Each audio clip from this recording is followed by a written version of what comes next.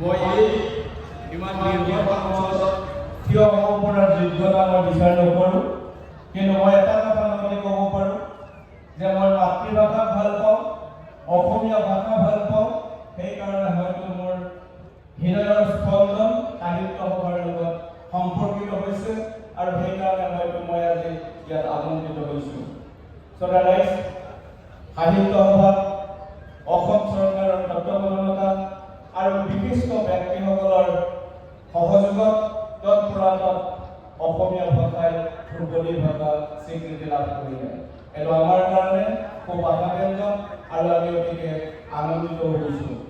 কিন্তু একে সময়তে আমি এটা কথা ক'ব লাগিব যে যিদৰে অসমীয়া ভাষা আজি বাংলা ভাষা আটাইতকৈ বেংগলীসকল নিজৰ জাতিক ভাল পোৱা আটাইতকৈ জাতিক ভাল পোৱা জাতি বুলি স্বীকৃত হয়, কিন্তু সেই ভাষাৰো যে এতিয়া চাৰ্কুলেশ্যন কমিছে। আজি বঙালী যিবিলাক পেপাৰ আছে তাৰ চাৰ্কুলেশ্যন কমাবলৈ সমীক্ষাত আহিছে। অসমীয়া ভাষাও আমাৰ ধ্ৰুপদী ভাষা স্বীকৃতি পাইছে, ঠিকেই আছে। আমাৰ ভাষাটো যে কোনো অৰ্থাৎ বাংলা ভাষাৰ উপভাষা নহয়, আমাৰ যে এটা দীঘলীয়া ইতিহাস ঐতিহ্য আছে, সেই কথাটো প্ৰমাণিত হৈছে নাগানৰীৰ শিলালিপিৰ পৰা, কুমাচলৰ শিলালিপিৰ পৰা আমাৰ যি গোলাপাত সাঁচিপাতৰ সেই প্ৰমাণে কৰিছে যে আমাৰ ভাষাটো চহকীয়া এটা পুৰণি ইতিহাস আছে। এইটোত আমি সন্তুষ্টি লাভ কৰিছোঁ। কিন্তু ভাষা এটা ধ্ৰুপদী হ'লেই ভাষাটো জীয়াই নাথাকে, সেইটো মোৰ ব্যক্তিগত অনুভৱ। যিদৰে ধ্ৰুপদী সংগীতৰ চৰ্চা কৰা মানুহ কম, ধ্ৰুপদী ভাষা সংস্কৃত ভাষা ল'বৰ কাৰণে মোৰ মহাবিদ্যালয়ত কিন্তু ছাত্ৰক ব্লেকমেইল কৰিব লগা হয়। তোমাক মই এডমিশ্যন দিম যদিহে তুমি আৰবিক আৰু সংস্কৃত পঢ়া। গতিকে অকল ধ্ৰুপদী ভাষা হ'লেই ভাষাটো জীয়াই থাকিব, সেই কথাটো কিন্তু মই ব্যক্তিগতভাৱে সেইটো মই বিশ্বাস নকৰোঁ। কাৰণ ধ্ৰুপদী হোৱাৰ লগে লগে ইয়াক আমি ব্যৱহাৰযোগ্য কৰি তুলিব লাগিব, ইয়াৰ ব্যৱহাৰ আমি কৰিব লাগিব, পঢ়াব লাগিব। সততে এটা কথা চৰ্চিত হয় যে বহুতবিলাক সাহিত্য সভাৰ সভাপতি, সম্পাদক বা সাহিত্য সভাৰ বৰমূৰীয়াসকলৰ নিজৰ ল'ৰা ছোৱালী ইংৰাজী মাধ্যমত পঢ়ে।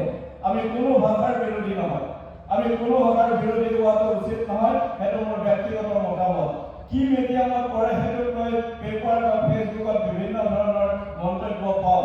সেই মন্তব্যবিলাকৰ ওপৰত মই এটা কথা ক'ব বিচাৰোঁ যে আমি এটা কথা মনত ৰখা উচিত যে আমাৰ অভিভাৱক আছে বহুত, আমি এটা কথা মনত ৰখা উচিত। মই শিক্ষামন্ত্ৰী মহোদয় আছে, এই মঞ্চৰ জৰিয়তে তেখেতকো সেই কথাটো মই আহ্বান জনাম যে এখন বিদ্যালয় বা মহাবিদ্যালয়ত বা ইউনিভাৰ্চিটিৰ ছাত্ৰ বা ছাত্ৰী এগৰাকী 6 ঘণ্টাৰ পৰা 8 ঘণ্টাহে থাকে। বাকী কিন্তু 24 ঘণ্টাৰ 18 ঘণ্টা সময় মাক দেউতাকৰ লগত থাকে। গতিকে পেৰেণ্টিং স্কিল, অভিভাৱকৰ দক্ষতা ভেৰি ভেৰি ইম্পৰ্টেণ্ট মই বিবেচনা কৰোঁ। আমি অভিভাৱকসকলে নিজৰ ছাত্ৰ ছাত্ৰীক নিজৰ মাতৃভাষাটো শিকাব নোৱাৰোঁনে? আমি বি ফৰ বল শিকাব পাৰোঁ, এ ফৰ আপেল শিকাব পাৰোঁ, কিন্তু আমাৰ মাতৃভাষাৰ এটা সুন্দৰ কবিতা আমি তাত শুনাব নোৱাৰোঁ। ভাল পাওঁ মাক মোৰ অতি মৰমৰ আমি শুনাব নোৱাৰোঁ। শুৱনি আমাৰ গাঁওখনত শুৱনি গছৰে ভৰা এই কবিতাটো তাত শুনাব নোৱাৰোঁ। আমি কফলা শিকাব নোৱাৰোঁ। অসমীয়া ভাষা আমি ইমানেই আমি মাতৃভাষা নাজানোনে? আমি ল'ৰাটো ইংৰাজী মাধ্যমত পঢ়িলে বুলি তাত যে আমি অসমীয়া ভাষা শিকাব নোৱাৰিম। গতিকে শিক্ষকসকল যিমান শিক্ষিত হ'ব লাগে, পেৰেণ্টছসকল তাতকৈ বেছি শিক্ষিত হ'ব লাগে। আৰু that has been written into NEP 2020 যিখন পলিচি আছে তাত ডাইৰেক্টলি লিখা আছে to identify the unique capability of each learner by teacher and guardian and nurture them accordingly. গতিকে যদি এজন ছাত্ৰ বা এজন লাৰ্ণাৰৰ কি একক কেপাচিটি আছে যদি আমি জানিব লাগে, চিনাক্ত কৰিব লাগে। চিনাক্ত কৰিব কোনে? শিক্ষক বা অভিভাৱকে। যদি শিক্ষকে ধৰি ল'ব তাৰ একক কেপাচিটি কি আছে চিনাক্ত কৰিব পাৰিব, কিন্তু অভিভাৱকসকলৰ সেই স্কিলটো আছেনে? গতিকে পেৰেণ্টিং স্কিলটো আমি বহুত স্কিলৰ কথা কওঁ, কিন্তু আটাইতকৈ মই ভাবোঁ দৰকাৰ হৈছে পেৰেণ্টিং স্কিল। গতিকে মহাবিদ্যালয় আমাৰ বিদ্যালয়সমূহে এই পেৰেণ্টিং স্কিলৰ ওপৰতো কিছু গুৰুত্ব দিয়াটো উচিত। আৰু তেতিয়াহ'লে নিশ্চয়কৈ আমি অসমীয়া ভাষা ইংৰাজী মাধ্যমত পঢ়িলে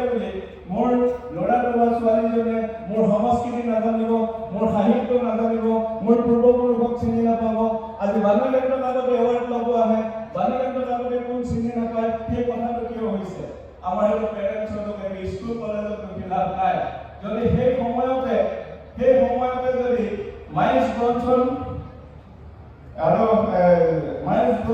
নাথান ব্ৰাউনৰ নিচিনা ব্যক্তিয়ে অসমীয়া ভাষাৰ প্ৰতি অৱদান বঢ়াব পাৰে, যে মাইলছ ব্ৰনছনৰ সেইখন আজি যিখন 14,000 অসমীয়া শব্দৰে যিখন অভিধান আৰু নাথান ব্ৰাউনৰ যিখন অসমীয়া ব্যাকৰণ, সেইখন যদি সেই সময়তে 1867 চনত যদি এখন অভিধান তৈয়াৰ হ'ব পাৰে এজন বাহিৰা মানুহৰ জৰিয়তে, তেনেহ'লে আমাৰ অসমীয়া ভাষা 1900 চনত যি হেমকোষ হৈছিলে, সেই হেমকোষৰ আকাৰটো কিন্তু ডাঙৰ হ'ব লাগিব। মই সাহিত্য সভাৰ দৰে এটা বৌদ্ধিক সংগঠনক এটা আহ্বান জনাম। আমি ভাষা আন্দোলন কৰিছোঁ, ভাষা আন্দোলনৰ জৰিয়তে আমি কৈছোঁ যে আমাৰ বিজ্ঞান টেকনলজি এইবিলাক কিহত হ'ব লাগে, ইংৰাজীত হ'ব লাগে। বিজ্ঞান টেকনলজি ইংৰাজীত হ'ব লাগে, সেইটো ময়ো মানো। এইটো ময়ো মানো। কিয় মানো? কাৰণ যদি অসমীয়া কৰা যায়, ইতিমধ্যে UGC নিয়ম মানি গুৱাহাটী বিশ্ববিদ্যালয়ে অসমীয়াত স্নাতক আৰম্ভ কৰিছিল, কিন্তু কিতাপৰ অভাৱত, শব্দৰ অভাৱত সেই অসমীয়া মাধ্যমত বিজ্ঞান আৰু টেকনলজি পঢ়োৱাটো হয়তো সম্ভৱ নহ'ল। গতিকে আমাৰ শব্দৰ সৃষ্টি হ'ব লাগিব, বিজ্ঞানৰ শব্দ, টেকনলজিৰ শব্দৰ সৃষ্টি হ'ব লাগিব। নহ'লে কিন্তু আমি অসমীয়া মাধ্যমত বিজ্ঞান ইংৰাজী হ'ব লাগে বুলি আমি আন্দোলন কৰি থাকিলে নহ'ব। আমাৰ সমানে দায়িত্ব আছে, আমি দেখুৱাব লাগিব যে ইংৰাজীৰ এইবিলাক প্ৰতিশব্দ আছে, কিন্তু আমি কোনেও তাৰ প্ৰতিশব্দ বিচৰা নাই। আমি চাওমিনৰ প্ৰতিশব্দ নিবিচাৰোঁ, আমি তেনেকৈ এইবিলাক অসমীয়া শব্দ বুলি ধৰিব লোৱা হৈছোঁ। গতিকে এই কথাবিলাকো আছে। গতিকে সাহিত্য সভাৰ দৰে এটা বৌদ্ধিক সংগঠনৰ মোৰ এটা অনুৰোধ থাকিল, তেওঁলোকে যেন এটা ভাষা কমিটি আপোনালোকৰ আছেনে নাই নাজানো। মই কৈছোঁ মই সাহিত্য সভাৰ লগত মই মাতৃভাষাক ভাল পাওঁ, সাহিত্য সভাৰ বিষয়ববীয়াসকল মোৰ বহুত ভাল চিনাকি। গতিকে আপোনালোকৰ এটা ভাষা কমিটি আছেনে নাই নাজানো, তেওঁলোকলৈ মোৰ এটা অনুৰোধ, তেওঁলোকে যেন বছৰি একোখন অভিধানত শব্দ, নতুন নতুন শব্দ যোগ কৰি যাব পাৰে, আৰু সেই কমিটিখনে যাতে এপ্ৰুভেল দি পেলাই সেইবিলাক আমাৰ গ্ৰহণযোগ্য নতুন নতুন শব্দ সৃষ্টি কৰিব পাৰে, তাৰ প্ৰতি মই এটা আহ্বান ৰাখিলোঁ। এইটো মোৰ এটা অভিমত। এতিয়া আহোঁ আমাৰ শিক্ষাৰ ক্ষেত্ৰলৈকে। শিক্ষাৰ ক্ষেত্ৰত আমাৰ পেগু ছাৰে, ডাক্তৰ ৰামোস পেগু ছাৰে এষাৰ বাক্য কৈছিল। মই কৈছোঁ নহয়, তেখেতৰ বাক্য মই খুব ভালদৰে পঢ়োঁ, আৰু NEP 2020 ছাৰে যিধৰণে বুজায়, হয়তো মই সেই বাক্য বুজাব নোৱাৰিম বা মই বুজিও নাপাওঁ। ছাৰে এটা কথা কৈছিল যে NEP 2020 উদ্দেশ্য এটা মাত্ৰ ডাক্তৰ বনোৱাই নহয়, এজন মাত্ৰ ইঞ্জিনিয়াৰ বনোৱাই নহয়, এজন মাত্ৰ প্ৰফেচৰ বনোৱাই নহয়, এজন মাত্ৰ উকিল বনোৱা মাত্ৰ নহয়। NEP 2020 উদ্দেশ্য হৈছে টু ক্ৰিয়েট এ নলেজ বেছড ভাইব্ৰেণ্ট ছ'চাইটি, এখন জ্ঞান সংকলিত সমাজ সৃষ্টি কৰা। এতিয়া জ্ঞান সংকলিত সমাজ কেতিয়া সৃষ্টি হ'ব? যদিহে আমাৰ মানুহবিলাক জ্ঞানী হয়।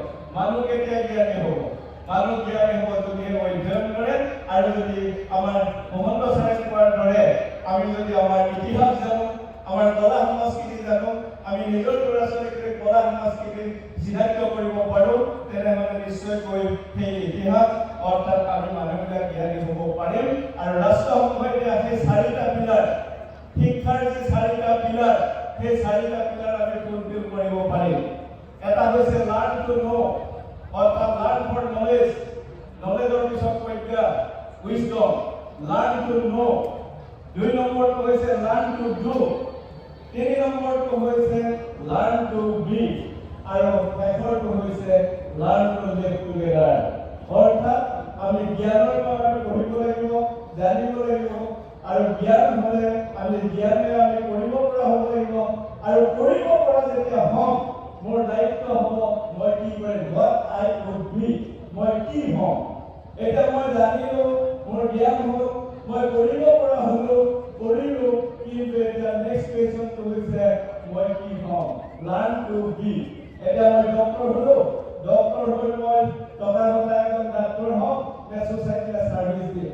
মই সাহিত্যৰ বহুত কথা জানিলোঁ, মই ছ'চাইটিৰ কাৰণে কিবা কৰি যাম, নে মোৰ সাহিত্যৰ সৃষ্টিৰে মই কিবা এৱাৰ্ডৰ কাৰণে কাম কৰিম? ইত্যাদি ইত্যাদি কথাবিলাক গতিকে লাৰ্ণ টু বি, আৰু শেষত কৈছে লাৰ্ণ টু লিভ টুগেডাৰ। সেইটোৰ আৰু ইম্পৰ্টেণ্ট ইম্পৰ্টেঞ্চ মই ক'ব নালাগে, আপোনালোকে এটাই জানে যে এতিয়া পৃথিৱীত আটাইতকৈ ডাঙৰ বস্তুটোৱে হৈছে লাৰ্ণ টু লিভ টুগেডাৰ।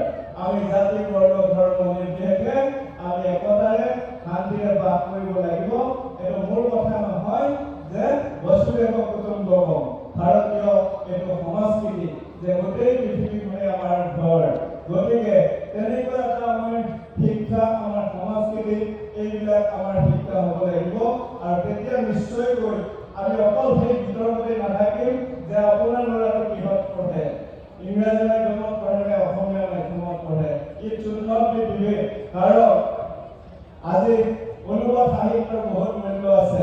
ভট্টদেৱে প্ৰথমতে অনুবাদ সাহিত্যৰ সৃষ্টি, আমাৰ মাধৱ মণ্ডলে প্ৰথম অনুবাদ সাহিত্য তেওঁ গোটেই ৰামায়ণখন অসমীয়ালৈকে অনুবাদ কৰিছিল। আমি জাপানৰ যিটো কাহিনী 1854 চনলৈকে জাপানে আন কোনো মানুহৰ লগত সম্পৰ্ক ৰখা নাছিল আৰু জাপানলৈ কোনো মানুহ আহিব দিয়া হোৱা নাছিল। কিন্তু কি কৰিলে, জাপানত 1854 চনত এজন আমেৰিকাৰ নৌবাহনে গোটেই বন্দৰবিলাক তুলি দিলে। গতিকে জাপানৰ অন্য দেশৰ লগত যোগাযোগ হ'ল আৰু জাপানেও টোপনিৰ পৰা সাৰ পাই উঠা মানুহৰ দৰে দেখিলে যে এই 200 বছৰত শিল্প বিপ্লৱ, উদ্যোগ বিপ্লৱে পৃথিৱী বহুত আগুৱাই লৈ গ'ল, আমি বহুত পিছ পৰি থাকিলোঁ। গতিকে আমি কি কৰিম? গতিকে তেওঁলোকে এটা কামেই কৰিলে, জাপানীসকলে আমাৰ ফেৰ মাৰিবৰ কাৰণে এটা কামেই কৰিলে যে তেওঁলোকে ইউৰোপ অৰ্থাৎ ইংৰাজী ভাষাৰ, বিশেষকৈ ইউৰোপতে শিল্প বিপ্লৱৰ সৃষ্টি হৈছিল। ইউৰোপৰ যিমান ধৰণৰ কিতাপ, মূল্যৱান কিতাপ সকলোবিলাক জাপানীজ ভাষালৈকে অনুবাদ কৰি গোটেইবিলাক জ্ঞান 20 বছৰত, যিটো গোটেই সমগ্ৰ 200 বছৰ লাগিছিল, 20 বছৰৰ ভিতৰতে জাপানে সেই শিক্ষা ল'লে আৰু সেই শিক্ষাৰ জৰিয়তে জাপান এতিয়া পৃথিৱীৰ ভিতৰত এখন উন্নত দেশ হিচাপে থিয় হৈ আছে। জাপানৰ এই আমি জাপানৰ এই যিটো ধাৰণা আমিও নিশ্চয় ল'ব পাৰোঁ। অসমীয়াসকলে আমিও নিশ্চয়কৈ আমাৰ এটা ডাঙৰ ষ্ট্ৰেংথ হৈছে কি, অসমীয়াসকলৰ এটা ষ্ট্ৰেংথ। ব্ৰিটিছে আমাক শাসন কৰি বহুত কিবা কিবি দিলে, বহুত আমাক শোষণ বঞ্চনা কৰিলে, কিন্তু এটা ভাল বস্তু কি হ'ল যে ব্ৰিটিছে আমাক এটা ইংৰাজী ভাষা দি গ'ল। অসমীয়া মানুহে, অসমীয়া ল'ৰা ছোৱালীয়ে ইংৰাজী জানে, ইংৰাজী কথা ক'ব জানে, লিখিব জানে। গতিকে তেনেকুৱা ধৰণৰ আমাৰ অসমীয়া ল'ৰা ছোৱালী, আমি অসমীয়াসকলে যদি আমাৰ ইংৰাজী যিবিলাক ভাল ভাল কিতাপ আছে সেইবিলাক অসমীয়ালৈ অনুবাদ কৰি আমাৰ ল'ৰা ছোৱালীক দিব পাৰোঁ, আৰু ঠিক তেনেদৰে অসমীয়া যিবিলাক মূল্যৱান কিতাপ আছে ইংৰাজীলৈ অনুবাদ কৰি পৃথিৱীৰ ভঁৰাল চহকী কৰিব পাৰোঁ, সেই কথাটো কিন্তু আমি ভাবিবৰ হ'ল। গতিকে এনেকুৱা ধৰণৰ বহুত কথা হয়তো মই বক্তৃতা দি থাকিব পাৰিম, কিন্তু মনোযোগ কৰিব পৰা নাই। সেই কথাটো মই ব্যক্তিগতভাৱে বিশ্বাস কৰোঁ, কিন্তু তেনেকুৱা এটা সূচনা হোৱাটো মই প্ৰয়োজন বুলি ভাবোঁ। আৰু সেই অনুবাদ সাহিত্যত আপোনালোকে সাহিত্য একাডেমী দিছে বহুত সময়ত, এইবিলাক খুব ভাল কথা হৈছে, তাৰ কাৰণে মই আপোনালোকক ধন্যবাদ জনাইছোঁ। কিন্তু লগে লগে মই এটা কথা ক'ব বিচাৰিম যে আমি জাতি হিচাপে জীয়াই থাকিবলৈ হ'লে ভাষাটো আমি জীয়াই ৰাখিব লাগিব। কাৰণ ভাষা হৈছে, মাতৃভাষা হৈছে মন মগজু আৰু চিন্তাৰ ভাষা। আমি সপোন কোনেও ইংৰাজীত নেদেখোঁ, সপোন কোনো আমি ইংৰাজীত নেদেখোঁ। গতিকে সপোন আমি নিজৰ মাতৃভাষাতেই দেখোঁ, সেই কথাটো মনত ৰাখিব লাগিব। সেইকাৰণে নেলছন মেণ্ডেলাই ডাইৰেক্টলি কৈছিলে, if you talk to a person in a language he understands, that goes to his head. But if you talk to a person in his or her mother tongue, that goes to his heart. গতিকে মাতৃভাষাৰ কথা ক'লে মানুহৰ অন্তৰত সোমায়। গতিকে মাতৃভাষাটো আমাৰ ইমান মূল্যৱান ভাষা এটা আমি বহুত সময়ত যে নেগলেক্ট কৰোঁ, সেই কথাটো হ'ব নালাগে বুলি মই ভাবোঁ। অৰ্থাৎ সাহিত্য সভাই বহুত ভাল কাম কৰিছে। 2001 চনত হোমেন বৰগোহাঁই ছাৰ যেতিয়া ডিব্ৰুগড় অধিৱেশনত তেখেত সভাপতি আছিল, তেখেতৰ তৎপৰতাত, সাহিত্য সভাৰ তৎপৰতাত বিশ্বকোষ, বিজ্ঞানৰ বিশ্বকোষৰ 3টা খণ্ড প্ৰকাশ হৈছিল। এতিয়া হয়তো 13টামান খণ্ড বিশ্বকোষ, অসমীয়া বিশ্বকোষ আছে। তাৰ কাৰণে মই সাহিত্য সভাত ধন্যবাদ আৰু কৃতজ্ঞতা জ্ঞাপন কৰিছোঁ। যদি আমি আমাৰ সাহিত্য সংস্কৃতি জীয়াই ৰাখিব লাগে, আমাৰ মাতৃভাষাটো জীয়াই থাকিব লাগিব। আৰু আমি সৰুতে নিজৰ ল'ৰা ছোৱালীক মাতৃভাষাৰ কিতাপ হাতত তুলি দিয়াৰ অভ্যাস কৰিব লাগিব। মনত ৰাখিব, একেদিনাই সাহিত্যিকৰ আপুনি ডাঙৰ হোৱাৰ পিছত সৰুতে যদি কিতাপ নপঢ়ে অসমীয়া সাহিত্যৰ প্ৰতি ভাবিব নহয়, বুঢ়া হ'লে সাহিত্যিক হ'ব, অসমীয়া সাহিত্যিক সৃষ্টি কৰিব লাগিব, অসমীয়া কিতাপৰ সৃষ্টি কৰিব লাগিব, সেই আশাটো কিন্তু আমাৰ কাৰণে দুৰাশা যেন মোৰ ভাৱ হয়। সেইকাৰণে আমি আমাৰ যি গৌৰৱ ভাষাটোক চৰকাৰীভাৱে যেতিয়া ভৌগোলিক ভাষা হিচাপে আমাক স্বীকৃতি দিলে আমি নিশ্চয়কৈ ইয়াৰ সুবিধা ল'ব লাগিব। সেই সুবিধাবিলাক আমি লৈ ভাষাটোক আৰু টনকিয়াল কৰাৰ কাৰণে আমি সকলোৱে লাগিব লাগিব। আৰু সাহিত্য সভা দৰে এখন মঞ্চত এই কথাখিনি এইকাৰণে কৈছোঁ যে সাহিত্য সভাৰ লগত আমি দুয়োটা কাম কৰিছোঁ। যে আমি কৰিছোঁ মঙলদৈ মহাবিদ্যালয়ৰ ৰাষ্ট্ৰীয় আলোচনা চক্ৰ পাতিছোঁ, যিটো হৈছে যে দৰঙৰ লোক সংস্কৃতি আৰু ডক্টৰ নবীন চন্দ্ৰ বৰদলৈ শীৰ্ষক এখন ৰাষ্ট্ৰীয় আলোচনা চক্ৰ। সেই আলোচনা চক্ৰটো ভালেমান কথা আলোচনা হৈছিলে যে আজি আমাৰ যিবিলাক সংস্কৃতি, দৰঙৰ ভাৱৰীয়া, দৰঙৰ ধেমাঢোল, দৰঙৰ আমাৰ যিবিলাক আপুৰুগীয়া কালচাৰেল যিবিলাক আমাৰ সম্পদ, সেই সম্পদ সম্পৰ্কত আমাৰ আলোচনা হৈছিল।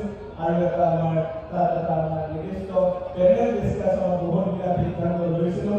পৰৱৰ্তী সময়ত মই আশা কৰিম অসম সাহিত্য সভাই মহাবিদ্যালয়, স্কুল, কলেজ এইবিলাকত তেওঁলোকৰ নিশ্চয়কৈ এনেকুৱা ধৰণৰ কাম আৰু আগবঢ়াই নিব আৰু অসমীয়া ভাষা, সাহিত্য, সংস্কৃতিত তেওঁলোকে আৰু অৱদান আগবঢ়াব। আমি ইয়াত আছোঁ, আমি অকল কৈ থাকিলে নহ'ব। মই কোনো সাহিত্যিক নহয়, কিন্তু মই এটা আৰ্টিকেল লিখিছিলোঁ, কিন্তু আৰ্টিকেলটো ভাল হোৱা বুলি কৈছে, সেইকাৰণে ভাল লাগে। ইয়াৰে BS কলেজৰ চুলতান আলী আহমেদে মোৰ আৰ্টিকেলটো অনুবাদ কৰিছে। সেইটো আছিল চাইণ্টিফিক টেম্পাৰামেণ্ট অফ লক্ষ্মীনাথ বেজবৰুৱা।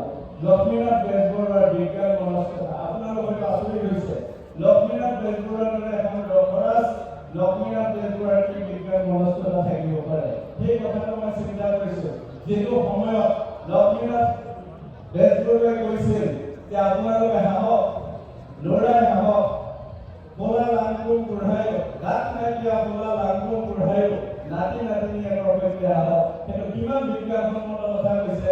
আজি লাফিং ক্লাব কৰি দুটাই হাঁহিব লগা হৈছে। সেই সময়তে লক্ষ্মীনাথ বেজবৰুৱাই অসমীয়া মানুহক গালি পাৰিছিল, হাঁহিব নাজানে। কিন্তু সেই লক্ষ্মীনাথ বেজবৰুৱাৰ কথা যে গোটেই পৃথিৱীয়ে কৈছে যে হাঁহি এটা মহৌষধ, হাঁহিলে মানুহৰ বহুত বেমাৰ নোহোৱা হয়। অৰ্থাৎ আপুনি যদি চাই আপোনাৰ দেৱকুমাৰ সুকুমাৰ আছে, সেই গল্পটো কি আছিলে যে আপোনালোকে জানিব, সেই গল্পটো আটাইতকৈ চেঞ্চিটিভ এটা গল্প।